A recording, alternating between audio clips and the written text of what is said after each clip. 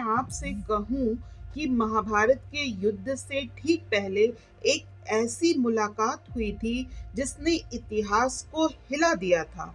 एक तरफ अपमान की अग्नि में जलती हुई द्रौपदी और दूसरी तरफ अपने अहंकार में डूबा हुआ सबसे महान दानवीर कर्ण। पर सवाल ये है कि द्रौपदी आखिर कर्ण से मिलने ही क्यों गई? क्या ये प्रेम था या ये पश्चाताप था या फिर एक आखिरी कोशिश विनाश को रोकने की? और सबसे बड़ा सवाल, क्या आज का इंसान भी उसी रास्ते पर चल रहा है जिस पर कभी कर्ण चला था?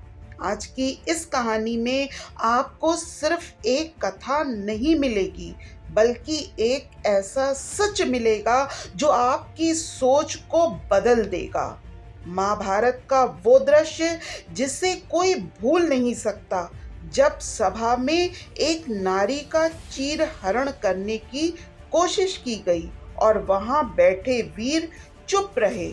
उस दिन द्रौपदी का अपमान सिर्फ एक घटना नहीं थी, वो एक आग थी जो युद्ध की वजह बनी।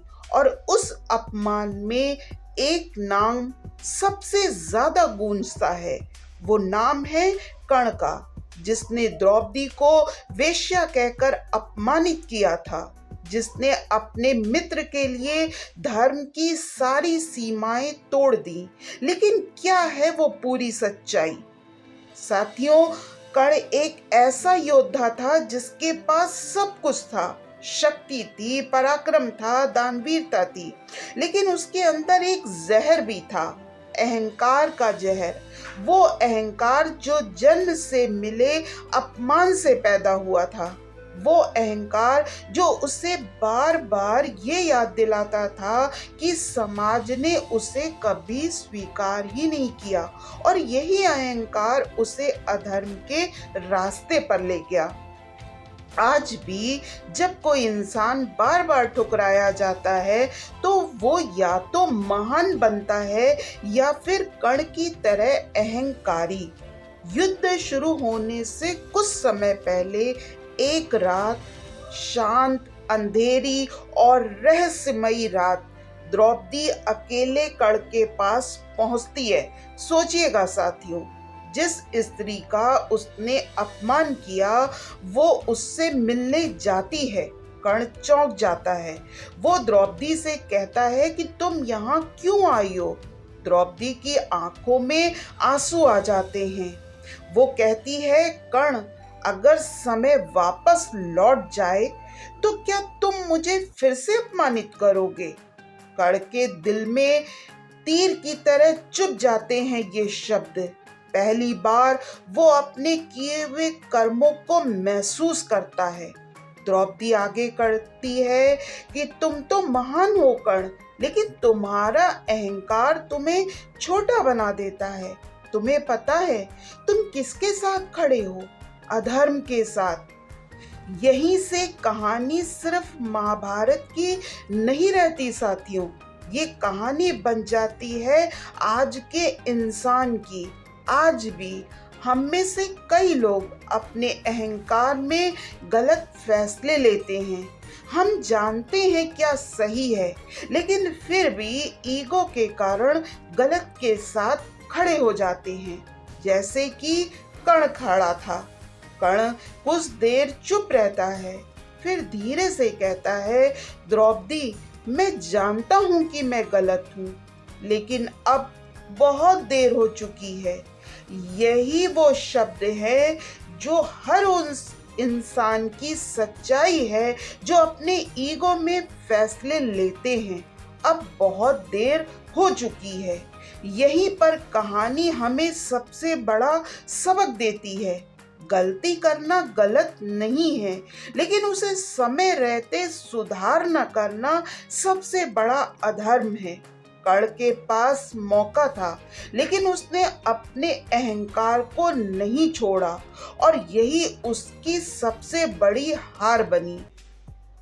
आज रिश्ते टूट रहे हैं, दोस्ती खत्म हो रही है, परिवार बिखर रहे हैं।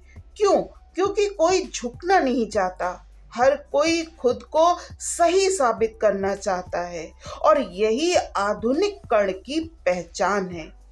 अगर कर्ण बदल जाता तो जरा सोचिएगा, अगर उस रात कर्ण अपने अहंकार को छोड़ देता, अगर वो कहता कि मैं अधर्म के साथ नहीं रहूंगा, तो क्या महाभारत का युद्ध होता?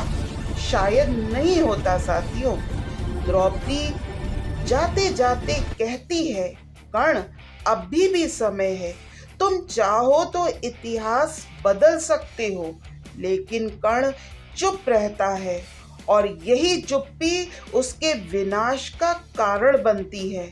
कर्ण महान होते हुए भी, पराक्रमी होते हुए भी हार जाता है। सोचिएगा क्यों? क्योंकि उसने समय रहते अपने अहंकार को नहीं छोड़ा। आज अगर आप किसी गलत के साथ खड़े हैं, अगर आपका ईगो आपको सही रास्ता नहीं चुनने दे रहा, तो याद रखिए आप भी उसी रास्ते पर हैं जहां कर्ण खड़ा था। समय रहते बदल जाइए, वरना एक दिन आप भी यही कहेंगे, अब बहुत देर हो चुकी है। कर्ण की कहानी हमें ये नहीं सिखाती कि वो गलत था, बल्कि ये सिखाती है कि एक महान इंसान भी अपने अहंकार की वजह से विनाश की ओर जा सकता है। तो फैसला आपका है, आप कर्ण बनना चाहते हैं या समय रहते खुद को बदलना चाहते हैं। अगर इस कहानी ने आपके दिल को छुआ हो तो वीडियो को लाइक ज़रूर करिएगा, अपने दोस्तों और अपने परिवार के साथ शेयर करना मत भूलिएगा। और ऐसे ही रहस्यमयी और सच्ची कहानियों के लिए चैनल को सब्सक्राइब ज़रूर कर लीजिएगा।